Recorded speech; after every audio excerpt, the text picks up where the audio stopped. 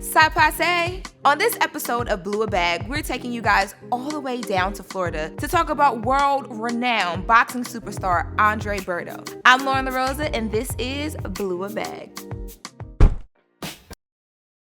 I'm Andre Berto, boxing sensation, and I blew a couple of them bags. A lot of you may know me for being one of the top fighters in the world. Paul Floyd, Sean Porter, Victor Ortiz went to the 2004 Olympic Games as well, 15 years strong. And look who I just ran into, man. My brother out here, getting right.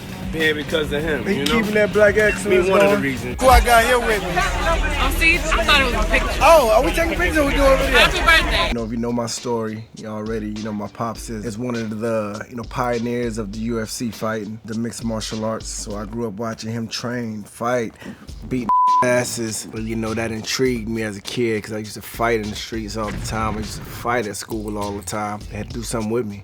They had to take me somewhere to relieve this aggression. So he started taking me to the boxing gym with him.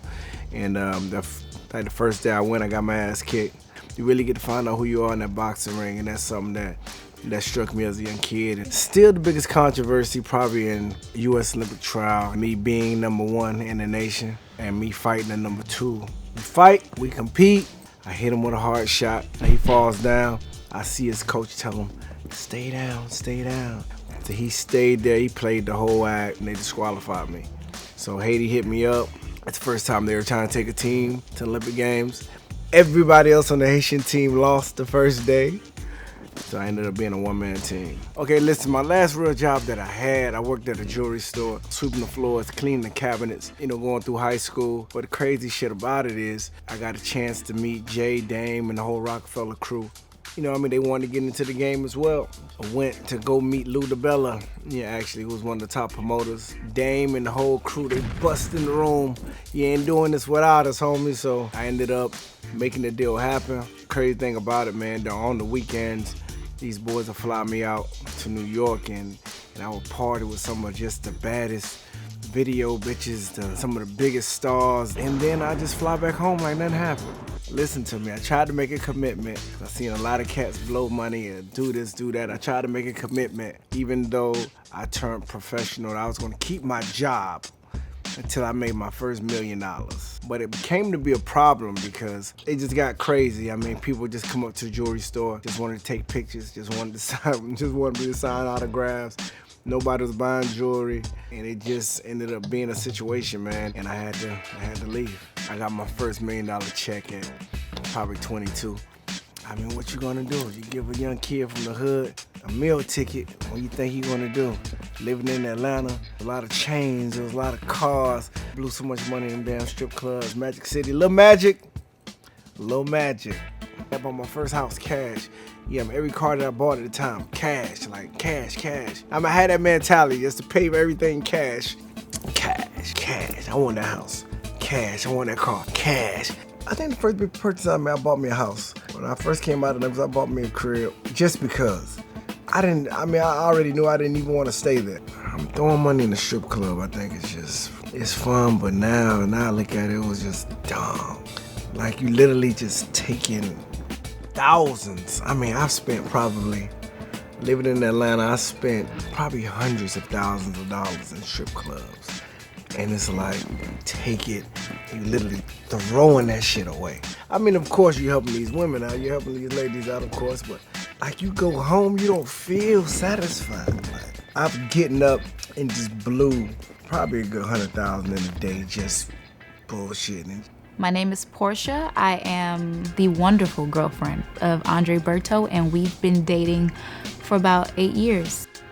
Porsche, my baby girl. We went through a lot of ups and downs, of course, but definitely, fell in love with this girl. When I first met Andre, he was young, black, rich, and undefeated, and he was a real pain in my ass. It only started to bother me once he brought me out to LA and I got to see the other side of his life. And like, it's not just women at the club, it's not just women walking down the street. It's like, I'm a fan of this woman, this actress, this singer, this dancer, like people that I've been looking at for a long time. They on my man line, like they on his trail. I was like, well, what the hell is this?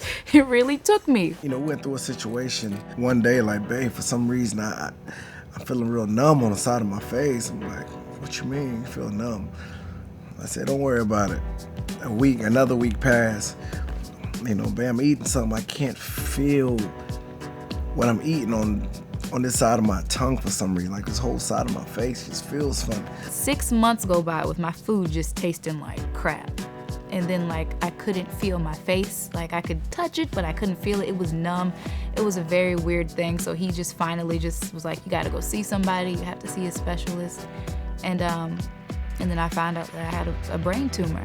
Whatever the case may be, but it just struck me crazy. Like I just didn't understand it for somebody that young to have a young, great shape, you know what I'm saying, beautiful girl to have a brain tumor. It was really hard on me, and I think it was really hard on him, but he was so strong through the whole thing. Like he flew my family out here so I could have my surgery. You know, after the surgery, shit, you know, to see somebody that you love and care about, you know, you had to, you know, she had to learn how to walk again. She had to learn how to, you know, maneuver herself again. She had to learn how to do all that shit all over again.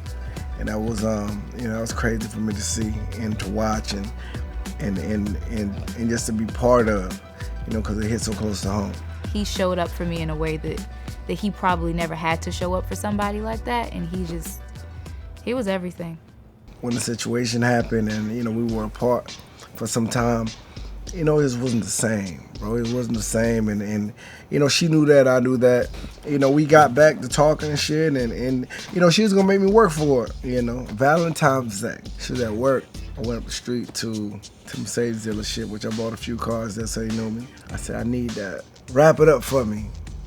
They wrapped it up, put a big bow on it. We waited till probably like 8 o'clock that night. You know, at work, she was working the outside patio, so I was able to pull the car right in the front. She turns around, and she just freaked. Holy shit. Boy, should stay still for it. Oh my God. Holy shit. I've woken up and spent some of the most crazy amounts of money wanted just to get out of town, and, you know, flights are booked. This and this is booked, so just to get a private jet down to the islands, like a day or two, cool it out, chill it out. Don't have any clothes, don't pack shit, so we just go shopping there. Now he just spends all his money on experiences, travel. I've seen a few hotel tabs that are kind of ridiculous. Spending money is amazing. With trust, I'm still rich. Definitely blew a few million.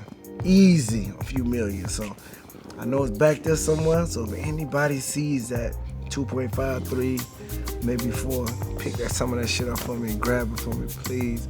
I know it's back there somewhere. I know it's back there in the wind somewhere. He spent his money on houses, cars, clothes, education for his family. That's all the good stuff too. And he got a lot of money and blew some of it too.